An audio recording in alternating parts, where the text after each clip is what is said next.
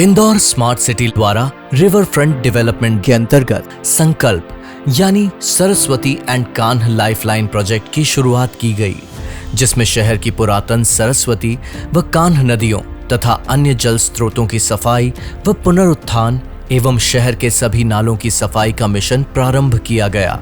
शहर की प्राकृतिक व सांस्कृतिक धरोहर रही इन पुरातन नदियों व नालों के किनारों पर स्थित विभिन्न कॉलोनियों के 1700 आउटफॉल्स व 5500 घरों का जलमल या सीवेज बिना किसी ट्रीटमेंट के इन्हीं नदियों व नालों में छोड़ दिया जाता था। इन जल स्रोतों में लगभग 205 MLD सीवेज के प्रतिदिन बहाव से प्रदूषण बढ़ने के साथ ही ये सभी जल स्रोत गंदे नालों में परिवर्तित हो गए और इससे लगे क्षेत्रों में गंदगी, बीमारी, दुर्गंध और मच्छरों का प्रकोप इतना बढ़ गया था कि यहाँ के रहवासियों का जीवन यापन कठिन था। सबसे पहले सरस्वती नदी व कान्ह नदी तथा सभी 25 नालों में आने वाले कुल 7200 सीवेज आउटफॉल्स को बंद कर इन घरों की सीवेज लाइंस को सीवरेज पाइप नेटवर्क से जोड़कर विभिन्न सीवेज ट्रीटमेंट प्लांट्स पर भेजा जाने लगा। आज इंदौर शहर के 100% यानी कुल 312 MLD सीवेज के पानी को इन STPs में प्रतिदिन उपचारित कर 306 MLD पानी को पुनरुपयोग लायक बनाया जाता है, जिसमें से 67% 205 MLD साफ उपचारित पानी को कान्ह व सरस्वती नदियों में छोड़ दिया जाता है। इन नदियों के 3.9 किलोमीटर लंबे स्ट्रेच में किनारों का निर्माण, पाथवे, 2-व्हीलर 4-व्हीलर पार्किंग का निर्माण, हरियाली व सुंदर फव्वारे लगाए गए हैं। साथ ही इनसे गुजरने वाले पुलों पर जालियां लगाकर इन पर वर्टिकल गार्डन्स विकसित किए गए हैं ताकि किसी भी प्रकार का कचरा इनमें ना फेंका जा सके। इन जल स्रोतों की तथा इनसे लगे स्थानों की नियमित सफाई की जाती है।